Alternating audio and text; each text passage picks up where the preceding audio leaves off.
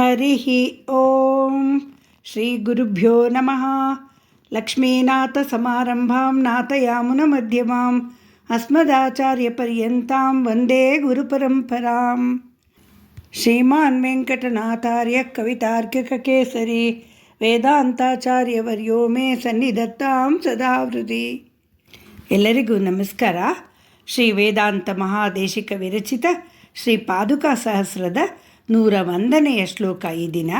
ಇಲ್ಲಿಯವರೆಗೆ ಪ್ರಸ್ತಾವನಾ ಪದ್ಧತಿಯ 20 ಶ್ಲೋಕಗಳು, ಸಮಾಖ್ಯಾ ಪದ್ಧತಿಯ 10 ಶ್ಲೋಕಗಳು ಮತ್ತು ಪ್ರಭಾವ ಪದ್ಧತಿಯ 70 ಶ್ಲೋಕಗಳು ಆಯಿತು.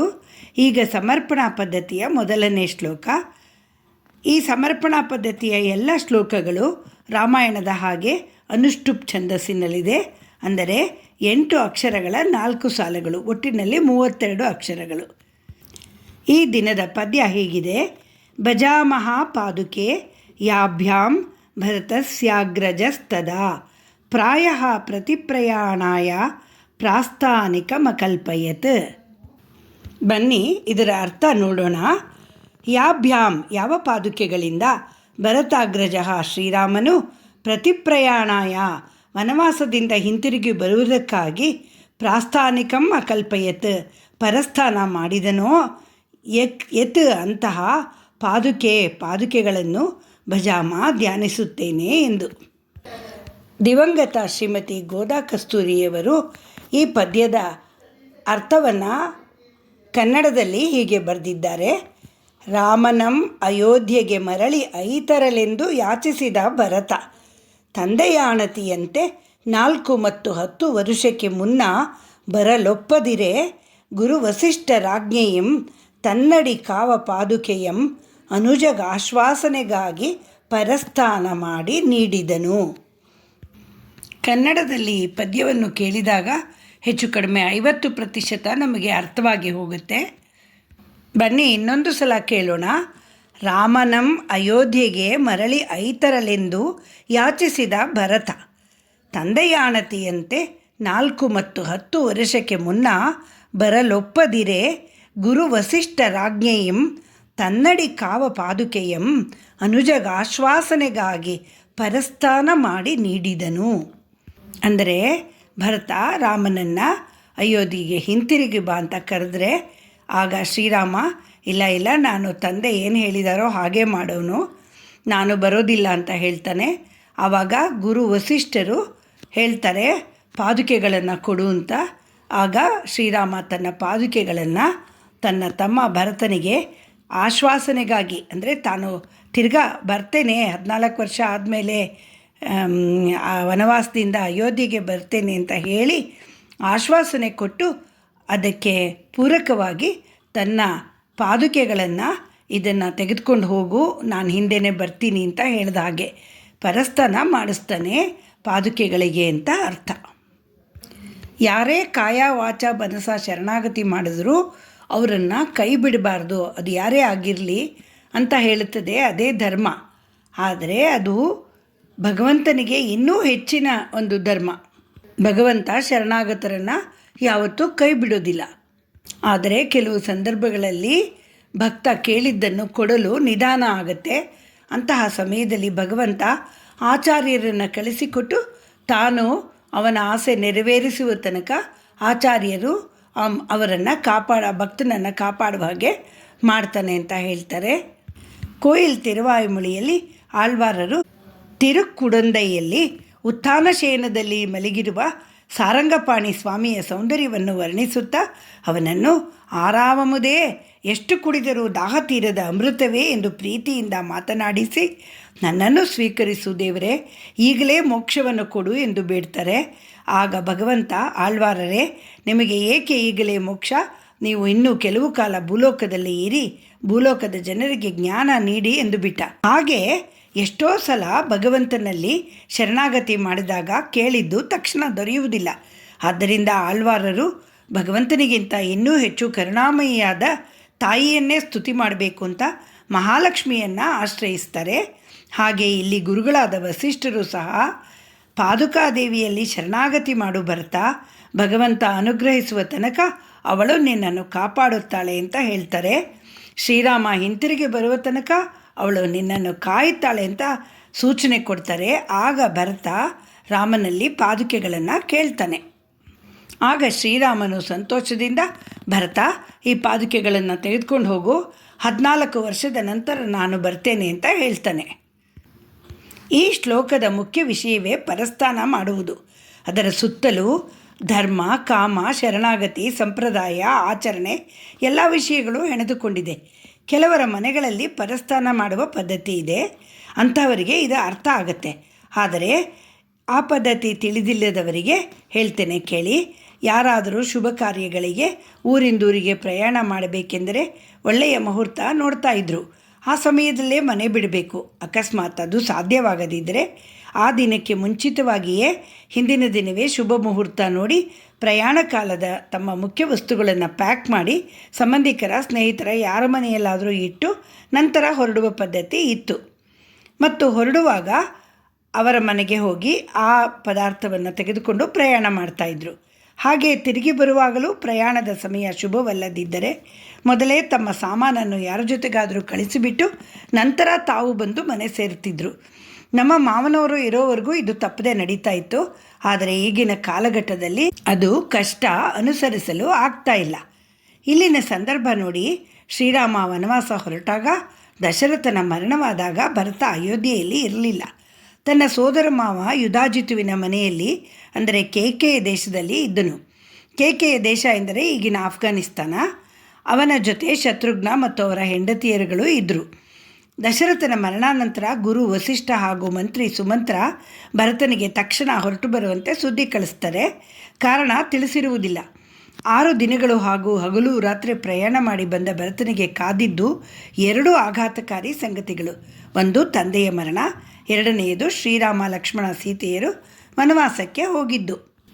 ಭರತನು ಈ 2 ಘಟನೆಗಳಿಂದ ತತ್ತರಿಸಿ ಹೋಗಿದ್ದ. ಅವನು ಶ್ರೀರಾಮನಂತೆ ಧರ್ಮಿಷ್ಠನೇ. ತನ್ನ ದೇಶ, ತಂದೆ, ತಾಯಿ, ಅಣ್ಣ ತಮ್ಮಂದಿರನ್ನು ತುಂಬ ಪ್ರೀತಿಸ್ತಾ ಇದ್ದ. ತಂದೆಯ ಉತ್ತರ ಕ್ರಿಯೆ ಮಾಡುತ್ತಿದ್ದ ಭರತನನ್ನು ಎಲ್ಲರೂ ಅನುಮಾನದಿಂದ ನೋಡ್ತಾ ಇದ್ದರು. ಕೌಸಲ್ಯೆ, ವಸಿಷ್ಠಾದಿ ಗುರುಗಳು, ಸುಮಂತ್ರಾದಿ ಮಂತ್ರಿಗಳು, ಆಚಾರ್ಯ ಭರದ್ವಾಜರು, ಗುಹ, ಅಯೋಧ್ಯೆಯ ಜನ ಎಲ್ಲರೂ ಭರತ ಈ ಷಡ್ಯಂತ್ರದಲ್ಲಿ ತಾಯಿಯ ಜೊತೆ ಶಾಮೀಲಾಗಿರಬಹುದೇ ಎಂದು ಯೋಚಿಸ್ತಾ ಇದ್ದರು. ಭರತನಿಗೆ ಇದು ತಿಳಿದಿತ್ತು. ತಾನು ನಿಜವಾಗಿ ಅಮಾಯಕ, ಇನ್ನೋಸೆಂಟ್ ಎಂದು ಎಲ್ಲರಿಗೂ ಮನವರಿಕೆ ಮಾಡುವಷ್ಟರಲ್ಲಿ ಅವನ ಜೀವ ಹಿಡಿಯಾಗಿ ಹೋಗಿತ್ತು.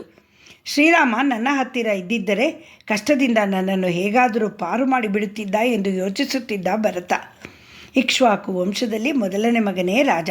ಆದ್ದರಿಂದ ಶ್ರೀರಾಮನೇ ರಾಜ್ಯಕ್ಕೆ ವಾರಸುದಾರ ಎಂದು ಬಲವಾಗಿ ನಂಬಿದ್ದ ಭರತ. ಶ್ರೀರಾಮನ ರಾಜ್ಯ ಕಸಿದುಕೊಳ್ಳುವುದು ಅತ್ಯಂತ ಹೀನವಾದ ಕೆಲಸ ಎಂದು ಭಾವಿಸಿದ್ದ. ಹೇಗಾದರೂ ಮಾಡಿ ಶ್ರೀರಾಮನನ್ನು ಒಪ್ಪಿಸಿ ಅವನು ಅಯೋಧ್ಯೆಗೆ ಹಿಂತಿರುಗುವಂತೆ ಮಾಡಿ ಅವನಿಗೆ ಪಟ್ಟಾಭಿಷೇಕ ಮಾಡಿ ತಾನು ಧರ್ಮವನ್ನು ಪಾಲಿಸಬೇಕು ಎಂದುಕೊಂಡ. ಅಪವಾದದಿಂದ ಮುಕ್ತನಾಗಬೇಕು ಎಂದು ಯೋಚಿಸಿದ. ಶ್ರೀರಾಮ ಎಲ್ಲಿ ಒಪ್ಪುವುದಿಲ್ಲವೋ ಎಂಬ ಭಯದಿಂದ 3 ಜನ ತಾಯಂದ್ರನ್ನು, ಗುರುಜನರನ್ನು, ಮಂತ್ರಿಗಳನ್ನು, ಅಯೋಧ್ಯೆಯ ಜನರನ್ನು, ಚತುರಂಗ ಬಲವನ್ನು ತೆಗೆದುಕೊಂಡು ಚಿತ್ರಕೂಟಕ್ಕೆ ಬಂದು ಸೇರ್ತಾನೆ. ಶ್ರೀರಾಮನನ್ನು ಯಾವಾಗ ಕಾಣ್ತೇನೋ ಅನ್ನೋ ಆತರದಿಂದ ಎಲ್ಲರಿಗಿಂತ ಮುಂದೆ ನಡೆಯುತ್ತಾ ರಾಮನ ಬಳಿ ಬಂದು ಸೇರ್ತಾನೆ. ರಾಮನನ್ನು ನೋಡಿದೊಡನೆ ಅವನ ದುಃಖ 10 ಪಟ್ಟು ಹೆಚ್ಚಾಗಿ ತಡೆಯಲಾರದ ಉದ್ವೇಗದಿಂದ ರಾಮನ ಚರಣಗಳಲ್ಲಿ ಬಿದ್ದು ಹೊರಳಾಡ್ತಾನೆ. ಗೋಳಾಡ್ತಾನೆ. ಮತ್ತೆ ಮೂರ್ಛೆ ಹೋಗ್ತಾನೆ. ಅಳುತ್ತಲೇ ತಂದೆಯ ಮರಣದ ಸುದ್ದಿಯನ್ನು ರಾಮನಿಗೆ ತಿಳಿಸ್ತಾನೆ ಭರತ. ಶ್ರೀರಾಮ ಲಕ್ಷ್ಮಣ ಸೀತೆಯರು ದಶರಥನ ಮರಣಕ್ಕಾಗಿ ಕಣ್ಣೀರಿಡ್ತಾರೆ. ಸ್ನಾನ ತರ್ಪಣಗಳ ಆದ ಮೇಲೆ ಭರತನು, ರಾಮ ಅಯೋಧ್ಯೆಗೆ ಹಿಂತಿರುಗು, ರಾಜ್ಯ ವಹಿಸಿಕೋ, ನಿನ್ನ ರಾಜ್ಯ ನನಗೆ ಬೇಡ ಎಂದು ಶರಣಾಗತಿ ಮಾಡ್ತಾನೆ. ತನ್ನ ದುಃಖ ಕಷ್ಟಗಳನ್ನು ತೊಡೆದು ಹಾಕಿ ತನ್ನನ್ನು ಕಾಪಾಡುವವನು ರಾಮನೇ ಎಂದು ನಂಬಿದ್ದ ಭರತ. ಇಲ್ಲಿ ಇನ್ನೊಂದು ಸೂಕ್ಷ್ಮ ಇದೆ. ಭರತ ಕಾಯ ವಾಚ ಮನಸ ಶ್ರೀರಾಮನನ್ನು ಅಯೋಧ್ಯೆಗೆ ಹಿಂತಿರುಗಬೇಕೆಂದು ಪ್ರಾರ್ಥಿಸಿ ಶರಣಾಗತಿ ಮಾಡಿದ್ದ. ಆದರೆ ವನವಾಸಕ್ಕೆ ಹೋಗಲೇಬೇಕೆಂಬುದು ರಾಮನ ನಿರ್ಧಾರವಾಗಿತ್ತು. ಅವನ ನಿರ್ಧಾರ ದೃಢವಾಗಿತ್ತು. ರಾಮ ಭರತನ ಮಾತಿಗೆ ಏನಾದರೂ ಒಪ್ಪಲಿಲ್ಲ. ಶ್ರೀರಾಮನೇ ರಾಮಾಯಣದಲ್ಲಿ 2 ಕಡೆಗಳಲ್ಲಿ ಶರಣಾಗತ ರಕ್ಷಣೆಯೇ ನನ್ನ ಧರ್ಮ ಎಂದಿದ್ದಾನೆ. ರಾಮ ಯಾವತ್ತೂ ಧರ್ಮ ಮಾರ್ಗದಲ್ಲೇ ನಡೆಯುವವನು. ಈಗ ನ್ಯಾಯವಾಗಿ ಶ್ರೀರಾಮ ಭರತನ ಬೇಡಿಕೆಯಂತೆ ಅಯೋಧ್ಯೆಗೆ ಹಿಂತಿರುಗಿ ರಾಜ್ಯಭಾರ ವಹಿಸಿಕೊಳ್ಳಬೇಕಿತ್ತು. ಆದರೆ ಶ್ರೀರಾಮನಿಗೆ ಅದು ಈಗ ಸಾಧ್ಯವೇ ಇರಲಿಲ್ಲ. ಅವನು ದೇವಾನುದೇವತೆಗಳಿಗೆ ಮಾತು ಕೊಟ್ಟಾಗಿತ್ತು. ದಶರಥನ ಮಗನಾಗಿ ಹುಟ್ಟಿ ದುಷ್ಟ ರಾಕ್ಷಸರನ್ನು ಸಂಹರಿಸಿ ಅಮಾಯಕರಾದ ಸತ್ಕರ್ಮಿಗಳಾದ ಋಷಿಮುನಿಗಳನ್ನು ಕಾಪಾಡ್ತೇನೆ ಅಂತ. ಇನ್ನು ತನ್ನ ತಂದೆ ತಾಯಿಗಳಿಗೂ ಮಾತು ಕೊಟ್ಟಾಗಿತ್ತು. 14 ವರ್ಷ ವನವಾಸ ಮಾಡ್ತೀನಿ, ಭರತ ರಾಜ್ಯವಾಳಲಿ ಎಂದು. ಕೈಕೇಯಿಯನ್ನು ತಾಯಿಯಂತೆಯೇ ಭಾವಿಸಿದ್ದ ಶ್ರೀರಾಮ. ಅವಳಿಗೆ ಕೊಟ್ಟ ಮಾತನ್ನು ತಪ್ಪಲು ಸಿದ್ಧನಿರಲಿಲ್ಲ ಶ್ರೀರಾಮಚಂದ್ರ. ಭರತ ಎಷ್ಟು ವಾದ ಮಾಡಿದರೂ, ಎಷ್ಟು ಒತ್ತಾಯ ಮಾಡಿದರೂ ಶ್ರೀರಾಮಚಂದ್ರ ಅಯೋಧ್ಯೆಗೆ ತಕ್ಷಣ ಹಿಂತಿರುಗಲು ಒಪ್ಪಲಿಲ್ಲ. 14 ವರ್ಷಗಳಾದ ಮೇಲೆ ಬರ್ತೇನೆ ಅಂತಲೇ ಹೇಳ್ತಾ ಇದ್ದ. ಆಗ ಗುರುಗಳಾದ ವಸಿಷ್ಠರು ಭರತನಿಗೆ ರಾಮನ ಪಾದುಕೆಗಳನ್ನು ಕೇಳು, ಅದನ್ನು ಅವನು ಬರುವ ತನಕ ಸಿಂಹಾಸನದ ಮೇಲಿಟ್ಟು ಅದರ ಪ್ರತಿನಿಧಿಯಾಗಿ ದೇಶವನ್ನು ಕಾಪಾಡು ಅಂತ ಹೇಳಿದರು. ಗುರುಗಳು ಜೊತೆಯಲ್ಲಿದ್ದರೆ ಎಂತಹ ಕಷ್ಟವನ್ನಾದರೂ ಪಾರು ಮಾಡಿಸಿ ಬಿಡುತ್ತಾರೆ ಎನ್ನುವುದಕ್ಕೆ ಈ ಘಟನೆಯು ಸಾಕ್ಷಿಯಾಯಿತು. ವಸಿಷ್ಠರ ಈ ಸಲಹೆಯಿಂದ ಶ್ರೀರಾಮನ ಸಂದಿಗ್ಧವು ಪರಿಹಾರವಾಯಿತು. ಭರತನಿಗೂ ದುಃಖ, ಅವಮಾನ, ನಿಂದೆಗಳು ತಪ್ಪಿದವು. ಅಂದರೆ ಭರತನ ಶರಣಾಗತಿ ಫಲಿಸಿತ್ತು. ಆದರೆ ಅದು ಸಿದ್ಧಿಸಲು ಇನ್ನೂ 14 ವರ್ಷಗಳು ಕಾಯಬೇಕಾಗಿತ್ತು. ಅಲ್ಲಿಯವರೆಗೆ ಆ 14 ವರ್ಷಗಳಲ್ಲಿ ಆಚಾರ್ಯ ಸ್ಥಾನದಲ್ಲಿ ನಿಂತು ಪಾದುಕೆಗಳು ಭರತನನ್ನು ಕಾಪಾಡಿದವು. ಆದ್ದರಿಂದಲೇ ಭಗವಂತ ಸಿಗುವ ತನಕ ಗುರುಗಳು ಕೈ ಹಿಡಿದು ಕಾಪಾಡುತ್ತಾರೆ ಎಂದು ಹೇಳುವುದು. ಶ್ರೀರಾಮ ಹಿಂತಿರುಗುವುದು ನಿಶ್ಚಯವಾಯಿತು. ಮಧ್ಯೆ 14 ವರ್ಷಗಳು. ಆದ್ದರಿಂದ ಭರತನ ಶರಣಾಗತಿಯ ಈ ಶುಭ ಸಂದರ್ಭದಲ್ಲಿ ಶ್ರೀರಾಮ ತನಗಿಂತ ಮುಂಚಿತವಾಗಿ ತನ್ನ ಹೇಮಭೂಷಿತ ಪಾದುಕೆಗಳನ್ನು ಭರತನ ಜೊತೆ ಅಯೋಧ್ಯೆಗೆ ಕಳಿಸಿಕೊಟ್ಟ. ಇದರಿಂದ ಅಯೋಧ್ಯೆಯ ಸಕಲ ಸಮಸ್ತರಿಗೂ ಶ್ರೀರಾಮ 14 ವರ್ಷಗಳು ಕಳೆದು ಹಿಂತಿರುಗಿ ಬರುತ್ತಾನೆಂದು ನಂಬಿಕೆ ಬಂತು. ಯಾರೂ ಇನ್ನು ಮುಂದೆ ಭರತನನ್ನು ಅನುಮಾನಿಸಲಿಲ್ಲ, ಕೈಕೇಯಿಯನ್ನು ನಿಂದಿಸಲಿಲ್ಲ. ಇದೆಲ್ಲ ಸಾಧ್ಯವಾದದ್ದು ಪರಸ್ಥಾನ ಮಾಡುವುದು ಎಂಬ ಸಂಪ್ರದಾಯದಿಂದ. ಶ್ರೀರಾಮನ ಬದಲಾಗಿ ಅವನ ಪಾದುಕೆಗಳನ್ನು ಪರಸ್ಥಾನ ಮಾಡಿಸಿದರು. ಅಂದರೆ ರಾಮ ಬರುವುದಕ್ಕೆ ಮುಂಚಿತವಾಗಿ ಪಾದುಕಾದೇವಿಯು ಅಯೋಧ್ಯೆಯಲ್ಲಿ ಅವನ ಬರುವಿಗಾಗಿ ಕಾದಿದ್ದಳು ಮತ್ತು ಎಲ್ಲರಿಗೂ ರಾಮ ಬಂದೇ ಬರುತ್ತಾನೆಂಬ ಆಶ್ವಾಸನೆಯೂ ದೊರಕಿತ್ತು.